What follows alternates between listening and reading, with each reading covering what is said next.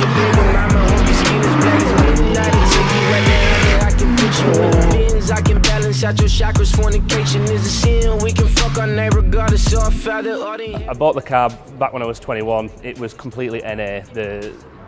I can't say I kind of got it with any intention of ever doing anything. It's kind of found Civ Infos forum, went wild. Suddenly I had a HKS. Thought, okay, get it mapped, and then it spiraled out of control. Threw a big turbo kit on it. Wondered what that'd be like. Never been in one before. Thought, well, we'll take the plunge, and here we are 4 years later.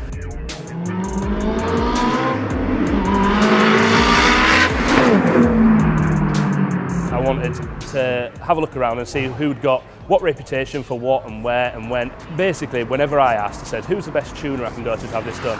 TDI was always the answer that seemed to come out at least several times more than anywhere else. The entire company is run in a sense that kind of, they just get as hyped as you are for your car. It's the same when it came to choosing my LSD.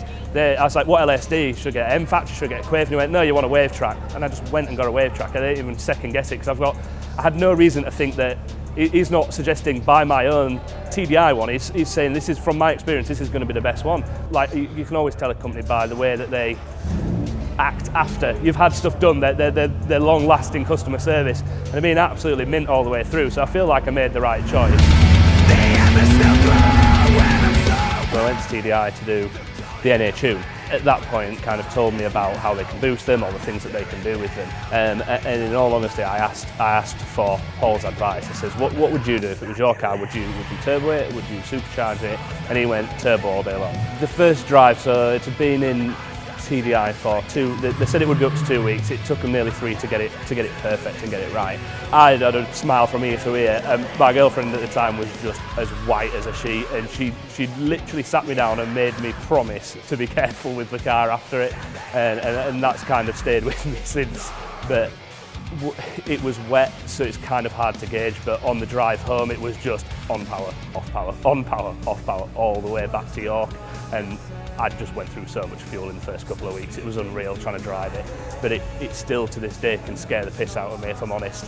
It picks up so ferociously, especially now since the EcuTek's gone on it. It's got the traction control and things, and it just sits you back and it rips your head off. You don't expect it, even after having it for 2 years, you just still don't expect it to pick up as well as it can.